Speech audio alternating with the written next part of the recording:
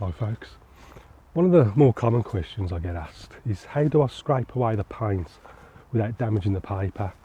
Referring to often when I do little buildings or telegraph poles or little rocks or things, when I take out, just use the corner of a plastic card to scrape the paint off. So basically what I'm doing is removing the paint and getting back to the white of the paper to create the shape that I'm looking for, whether it's the buildings or the rocks or fence posts or telegraph poles.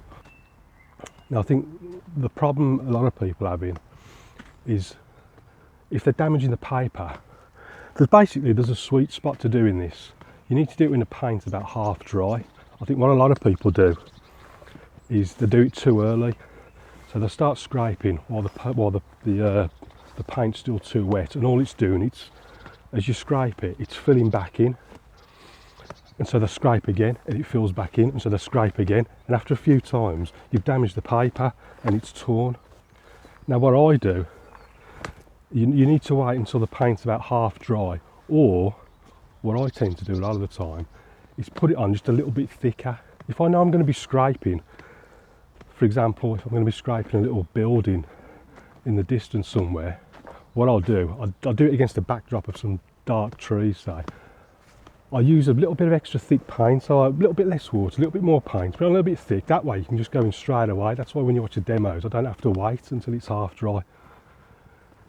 Because it's a little bit thicker, I can then scrape and it won't fill back in then. Now the opposite problem is waiting too long until the paper's too dry then, and then you won't be able to scrape. But it's still not the end of the world, because then you can just, if the paint's dried and it's not letting you scrape it away, you can just use a clean damp brush, and you can wet the paint, and then when the paint's been wetted, you can then scrape in.